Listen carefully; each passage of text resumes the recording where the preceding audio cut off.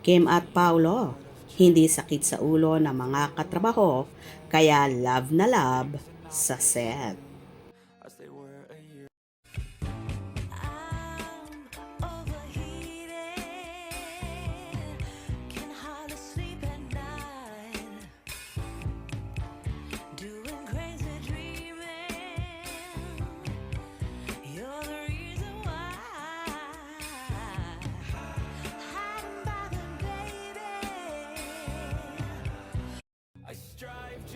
Ang swerte ng mga kasamahan ni na Kyushu at Paolo Avellino ha.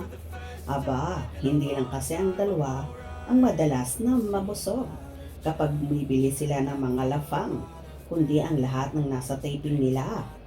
Yes, super happy sina Shasha Padilla, John Arcilia, Sofia Andres at iba pa dahil sa pagiging generous ng Kim Pao. Thanks sa yummy dinner, Kim and Pao. Chika ng mga kasamahan nila sa bonggang pa-dinner ng dalawa. At yes, wala nang may susumbat ang mga co-star pati na staff ng The Alibay sa dalawa. Dahil bukod sa super mababait nga, super professional pa. At yun na nga ang parehong mapagbigay. Kumbaga pareho silang hindi sakit sa ulo ng mga katrabaho nila. Kaya hindi na ako magtataka kung bakit sunod-sunod ang trabaho nila.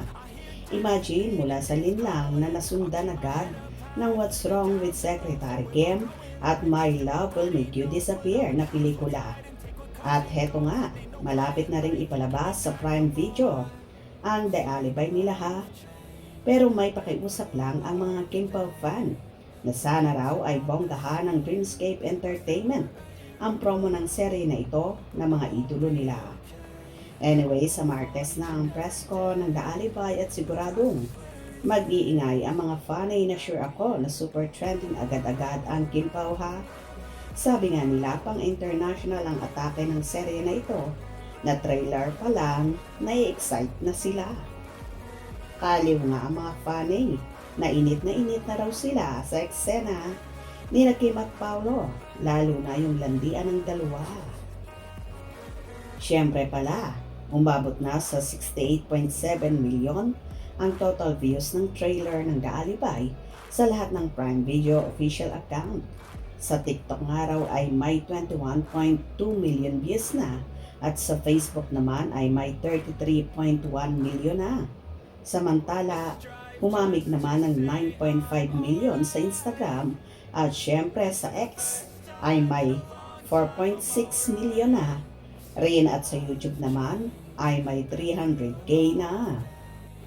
At syempre, palaki ng palaki ang views at parami ng parami ang engagement na todo react nga sa mga eksena ng Kim Pao. Kabugera talaga sina Kim at Paulo.